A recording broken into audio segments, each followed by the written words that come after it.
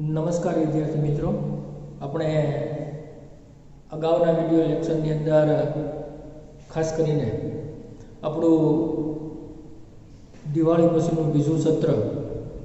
જે શરૂ થાય છે એની અંદર અભ્યાસક્રમની અંદર શરૂઆત આપણે ક્યાંથી કરીશું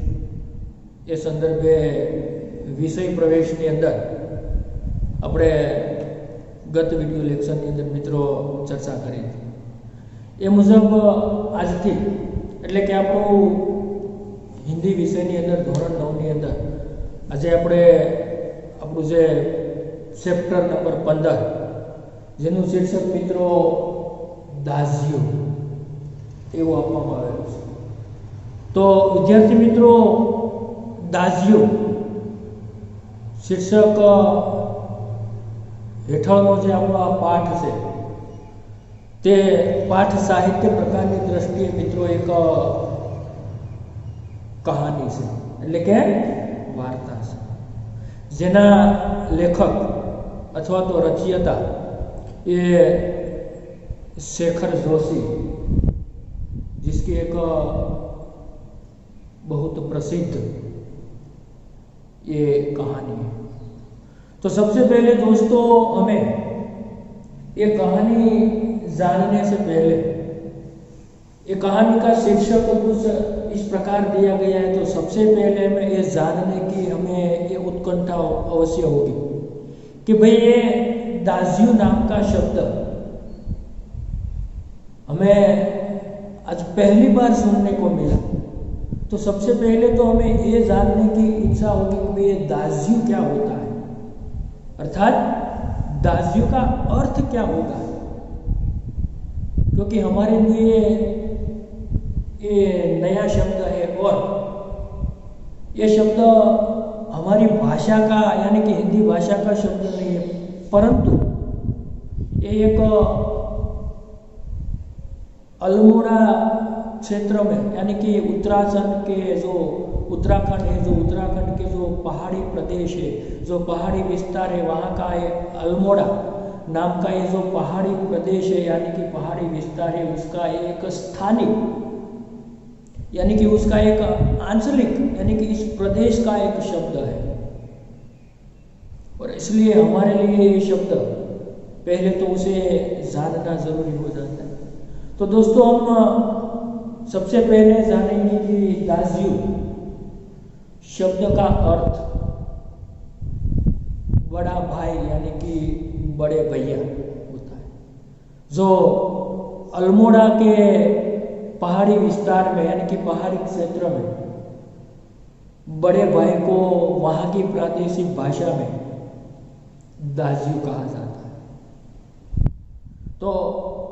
यहाँ पर ये कहानी का जो शीर्षक बड़े भाई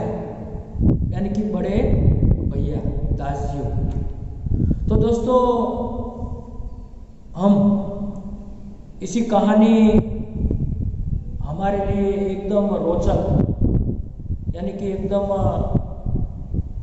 पढ़ते वक्त उसे समझते वक्त यानी कि उसे पढ़ने का प्रयास करेंगे तो हमारे लिए ये कहानी बड़ी दिलचस्प यानी कि बड़ी ये रोचक कहानी, क्योंकि इस कहानी में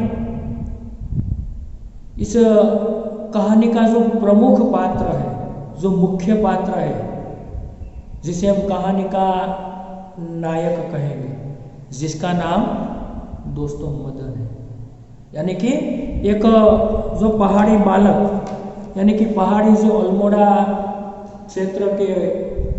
नज़दीक के एक गांव का जो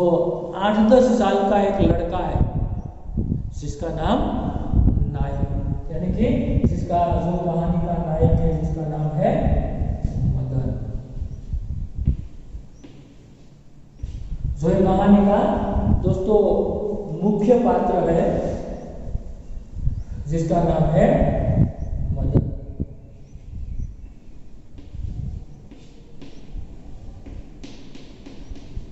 कहानी का नायक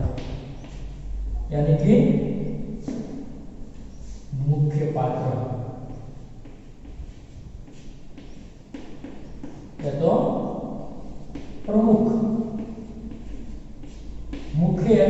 प्रमुख पात्र कहेंगे, कहानी का प्रमुख पात्र है। और जो दूसरा पात्र है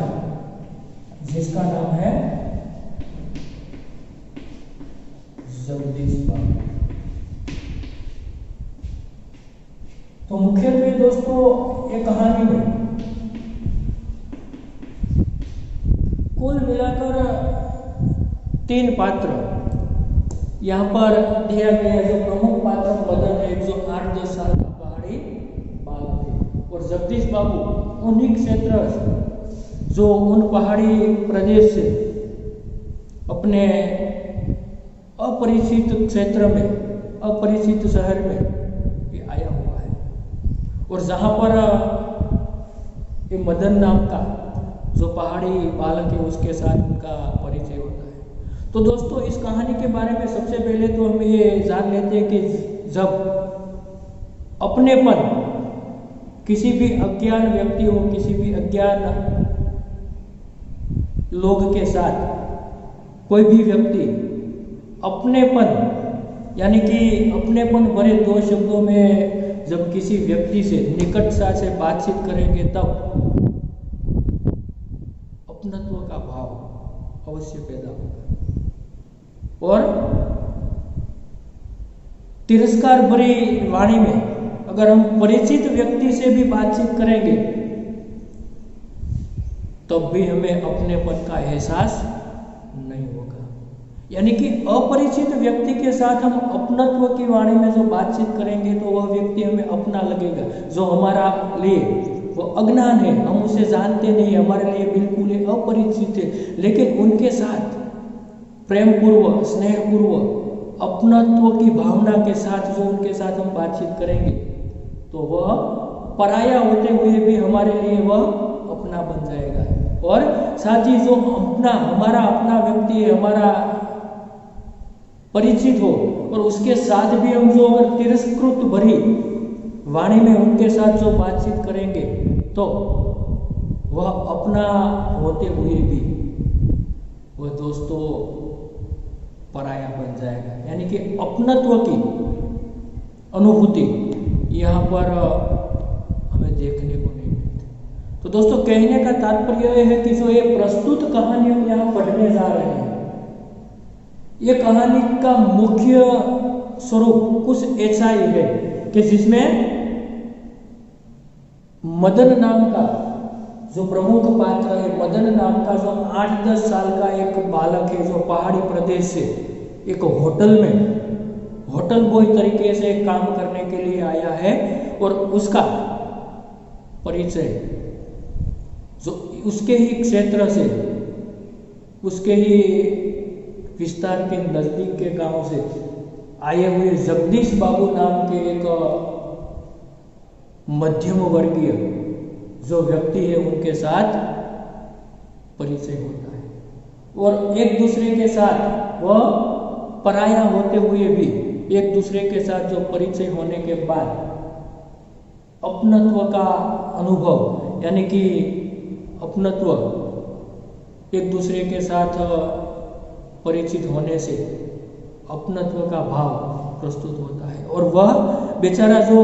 मदन एक होटल बॉय के लिए यानी कि होटल बॉय के होटल में जो होटल बॉय के पद पर, यानी कि होटल बॉय जैसा एक सामान्य काम, एक निम्न कक्षा का काम जो करते हुए भी वह अपने परिचित, अपने क्षेत्र के विस्तार के व्यक्ति से मिलकर उसे अपनापन का भाव ये महसूस होता है। तो इसी प्रकार दोनों अपरिचित होते हुए भी नजदीक के क्षेत्र के होते हुए दोनों के बीच जो एक परिचित होने का भाव यहाँ पर इस कहानी में प्रस्तुत किया गया है। और इस कहानी में जिस प्रकार मदन जो जगदीश बाबू को अपना समझकर, बड़ा भाई समझकर उन्हें अपरिचित के अज्ञान स्थल पर अपना बड़ा भाई मिल गया, इसी प्रकार से उनके साथ वह एक पारिवारिक संबंध के साथ अपने बड़े भाई मानकर उसकी ख्याल रखता है। जब जगदीश बाबू इस होटल में आकर ठहरते, मेज पर बैठते, तब से ही ये जो मदन जगदीश बाबू को पूछता रहता है, दाजू चाय लाओ, आज आपने यानी कि कल आपने बहुत कम खाना खाया था। तो इसी प्रकार अपनत्व की तरफ से जो अपना परिचित हो, जो अपना बड़ा भाई हो, इसी प्रकार से उनके साथ जो लगाव था वो बढ़ जाता है। तो इसी प्रकार जब जगदीश बाबू भी इस शहर में जब अपना क्षेत्र को छोड़कर यहाँ पर नए नए थे, तब उन्हें सब विस्तार के यहाँ के मोहल्ले, शहर के लोग, सभी लोग उन्हें अपरिचित सा लगता था। पर ये मदन का परिचय पाकर वह अपने आप को वह परिचित सा लगने लगता है, और मदन को भी अपने क्षेत्र का एक व्यक्ति मिल जाने के बाद वह अपनेपन का उनके साथ महसूस करने लगता है। फिर ये कहानी में ये जगदीश बाबू जहाँ पर मदन होटल बॉय के नाम पर, यानी कि होटल बॉय के स्वरूप से जो एक जो होटल बॉय के पर काम करता था, वहां पर जगदीश बाबू बार बार वहां पर होटल में आते थे, चाय पानी पीते थे, नाश्ता करते थे, और मदन भी उनकी जो सारे की सारे अपना बड़े भाई होकर इसी प्रकार के उसकी वो संभाल, यानी कि उसकी वो पैर रखते थे। तो कुछ दिन बीत जाने के बाद, कुछ महीने बीत जाने के बाद जगदीश बाबू को ये शहर में कुछ लोगों के साथ परिचय हो जाता है। सारा शहर, मोहल्ला, एक क्षेत्र उनके लिए परिचित सी हो जाता है, और उसका जो अजनबीपन था वह अपरिचित वह दूर हो जाता है। फिर एक दिन जो जगदीश बाबू है उसे अपने मध्यम वर्ग का, जो वह मध्यम वर्ग थे, उसके लिए उसे ऐसा लगता था कि भाई ये जो मदन है एक होटल बॉय है,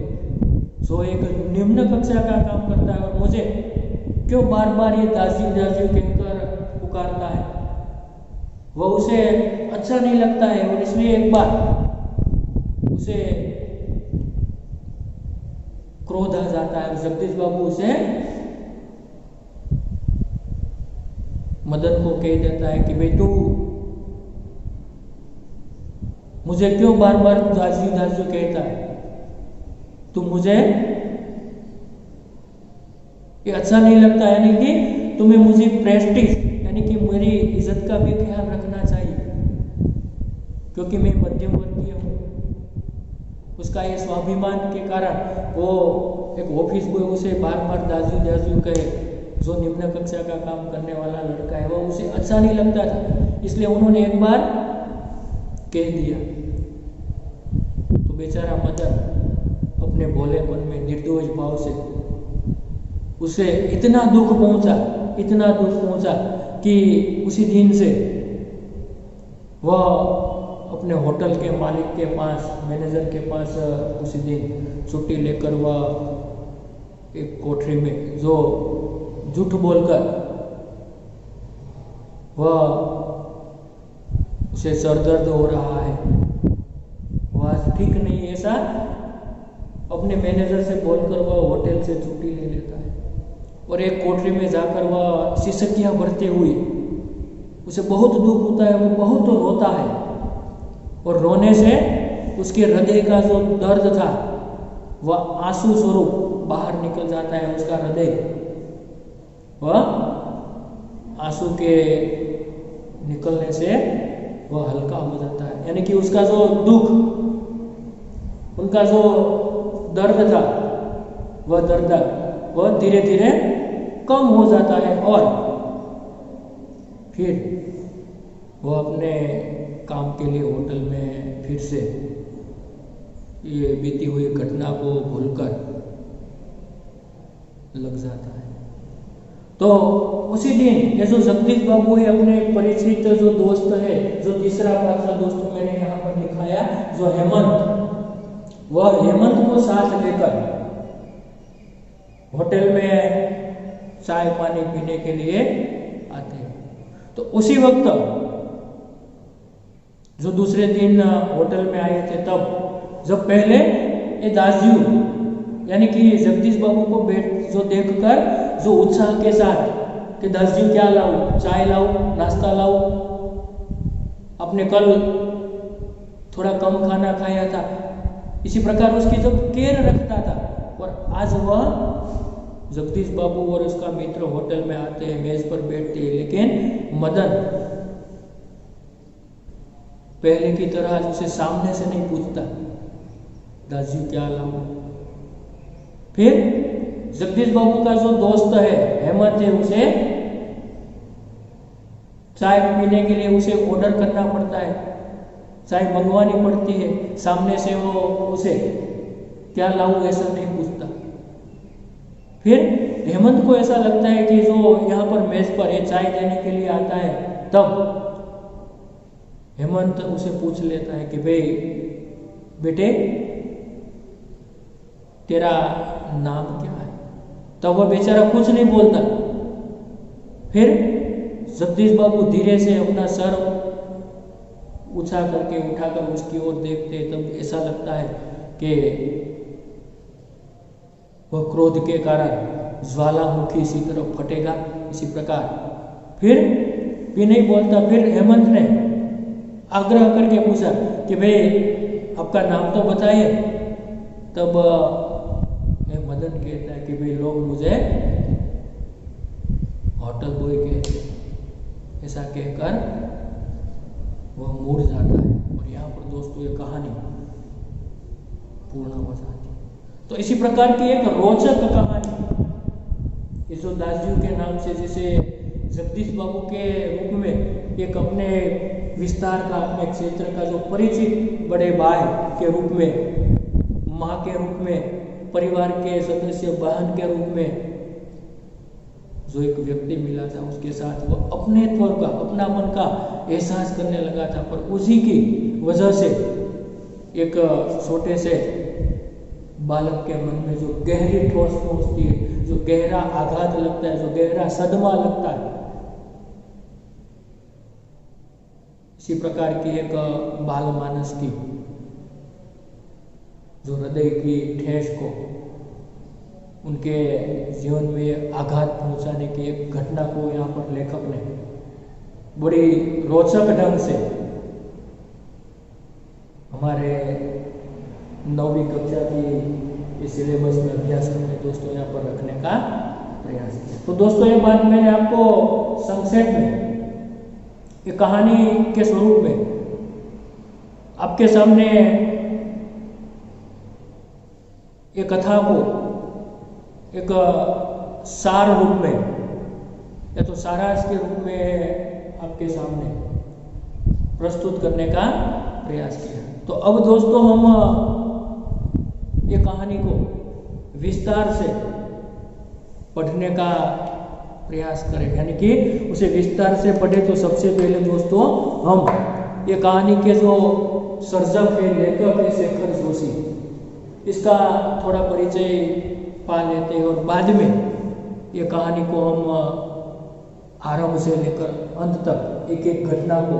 क्रमबद्ध रीति से, यानी कि क्रमबद्ध तरीके से उसे हम समझने का प्रयास करें। तो दोस्तों आप अपनी किताब अपने साथ रखकर सबसे पहले उसका शेखर जोशी का जो हम यहाँ पर परिचय प्राप्त करते हैं। तो शेखर जोशी का जन्म 10 सितंबर 1932 को अल्मोड़ा उत्तरांचल के ओलिया गांव नामक स्थान पर हुआ। कि दोस्तों जो लेखक का जन्म हमारे जो उत्तराखंड राज्य है, यानी कि जो उत्तरांचल का क्षेत्र है, उसी का अल्मोड़ा नाम का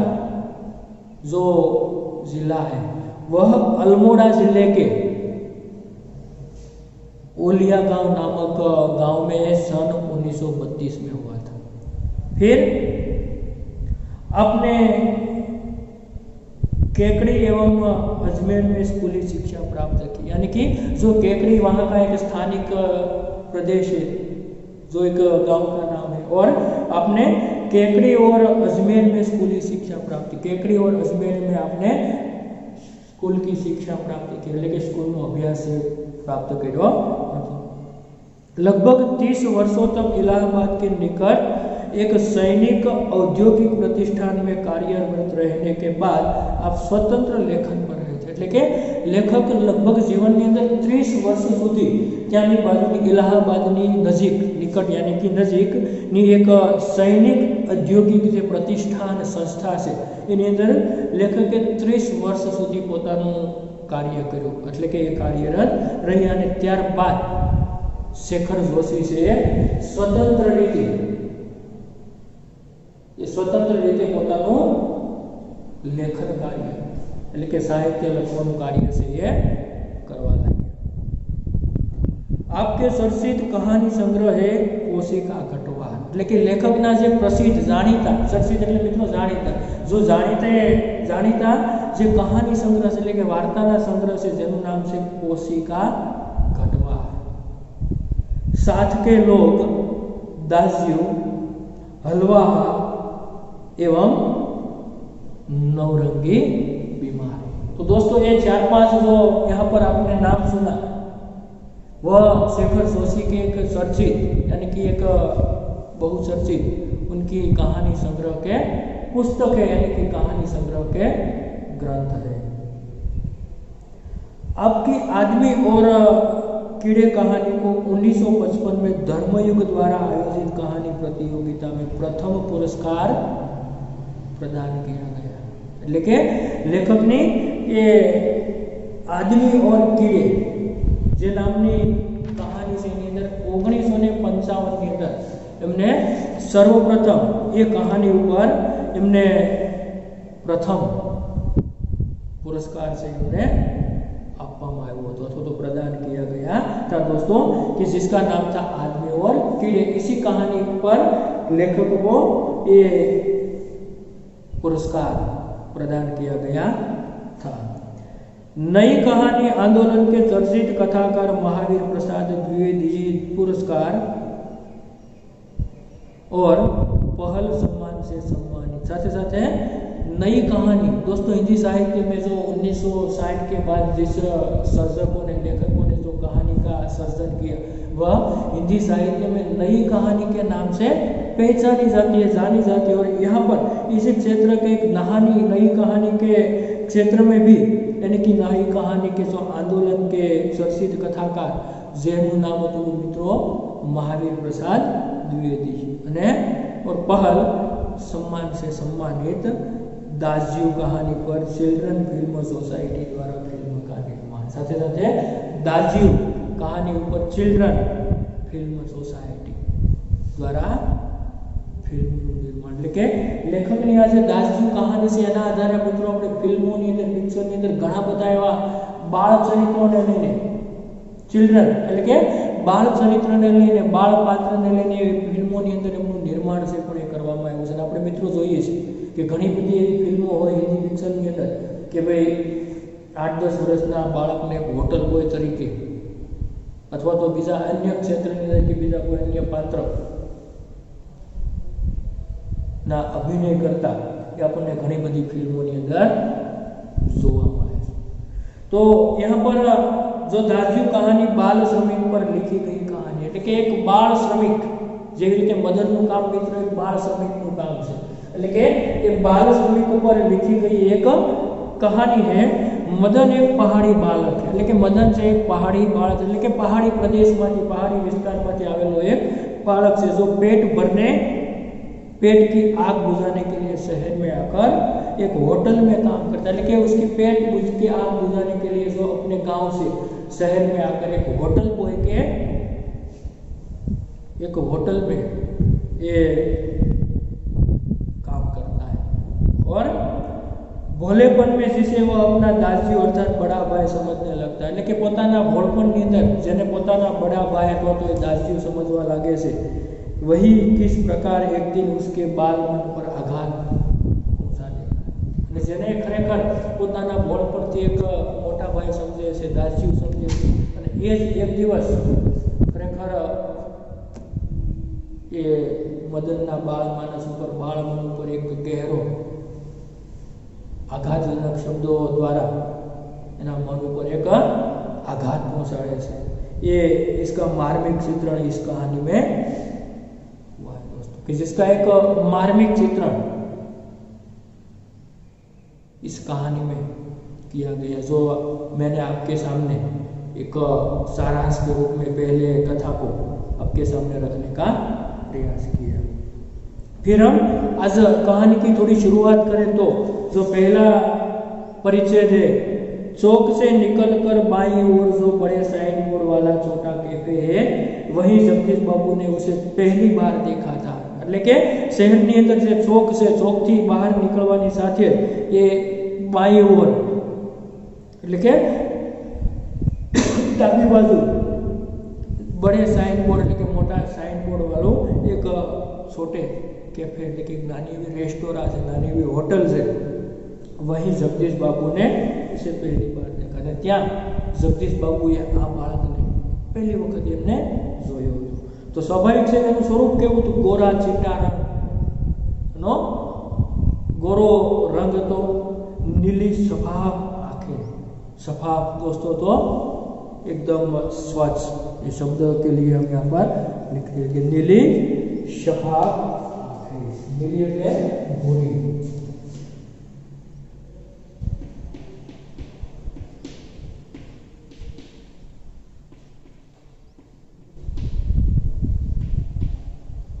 नीले सफाफ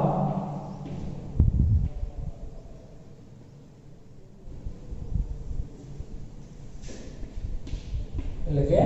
સ્વચ્છ, जो नीले सफाफ आंखें यानी कि जो नीली सफाफ એટલે કે એમનો ભૂરી અને સ્વચ્છ આંખો, सुनहरे बाल और चाल में एक अनोखी मस्ती पर शिथिलता है। साथे साथे एमनी चाल, एमनो ढंग, एमनो जोश, एमनो जुस्सो, एमनी जे हाल से अनोखी मस्ती, पण क्यांय आळस नहीं बीजो। शिथिलता એટલે आळस, એટલે કે ક્યાંય પણ આપણને એ આળસ નહીં, શિથિલતા કોઈ કામ પર આળસ નહીં।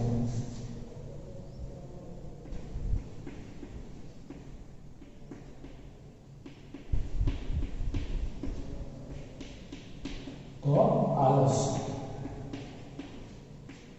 कहीं पर आलस नहीं दिखाई देती। इस प्रकार से वह बच्चा है जो एक प्रकार से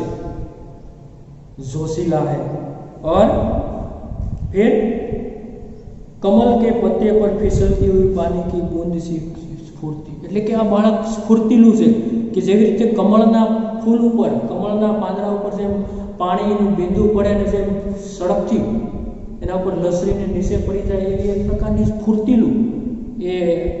આ બાળકનો આખો એ મિજાજ હતો। એટલે કે એ કમલ કે પત્તે પર फिसलती हुई पानी की बूंद की सी फूर्ति, આવો એક સ્ફૂર્તિલો જે आंखों की चंचलता देखकर उसकी उम्र का अनुभव केवल 9-10 वर्ष ही लगाया जाता है। એટલે કે આ પ્રકારની એમની ચંચલતા, આ પ્રકારની સ્ફૂર્તિ, સાથે સાથે એમની આંખોની ચંચલતા જોઈને એ બાળકની ઉંમર છે એનો ખ્યાલ, અનુમાન એવું લગાવી શકાય કે ભાઈ એ લગભગ માત્ર 9-10 વર્ષનો બાળક હશે। આવું એક એમની સ્ફૂર્તિ ઉપરથી, એમની ચાલ ઉપરથી, એમનો અનુકૂળ ઢંગ છે, એમના શરીર ઉપરનો જે જુસ્સો છે, એમની જે સ્ફૂર્તિ છે, એમની સ્વચ્છ આંખો છે, એ રૂપાળો અને દેખાવડો એમનો ચહેરો છે, આના ઉપરથી સ્પષ્ટ એવું લાગે કે આ બાળક છે એ 9-10 વર્ષનું છે, અનુભવ લગાવી શકાય। અને ખરેખર શાયદ यही उम्र उसकी रही होगी ने कदाच ये एमनी उम्र એટલે કે 9-10 વર્ષની ઉંમર ખરેખર એમની હતી। એટલે કે આ પ્રકારની એક જગદીશ બાબુને એક હોટલની અંદર જે એક બોય તરીકે, એક જે આ કહાનીનું મુખ્ય પાત્ર મદન છે એમનો પરિચય પરિચય થયા છે ત્યારે પહેલા પરિચયની અંદર કહાનીના આરંભની અંદર જગદીશ બાબુ પહેલી વખત આ હોટલ બોયને જ્યારે જોવે છે ઓળખે છે ત્યારે એમનો પરિચય એની નજર સામેથી હટતો નથી. એ પ્રકારે પોતાનો એ અહીંયા એમના પરિચયથી મિત્રો આ કહાનીની શરૂઆત થાય છે અથવા એનો આરંભ થાય છે. તો મિત્રો અહીંયા આપણે આ કહાનીને પાર્ટ 1 ની અંદર એટલે પહેલા વિડીયો લેક્ચરની અંદર આપણે અહીંયા સુધી રાખીએ છીએ. હવે પછી આગળના નેક્સ્ટ વિડીયો લેક્ચરની અંદર આપણે આ કહાનીને આગળ વધારીશું. અહીંયા સુધી રાખીએ છીએ.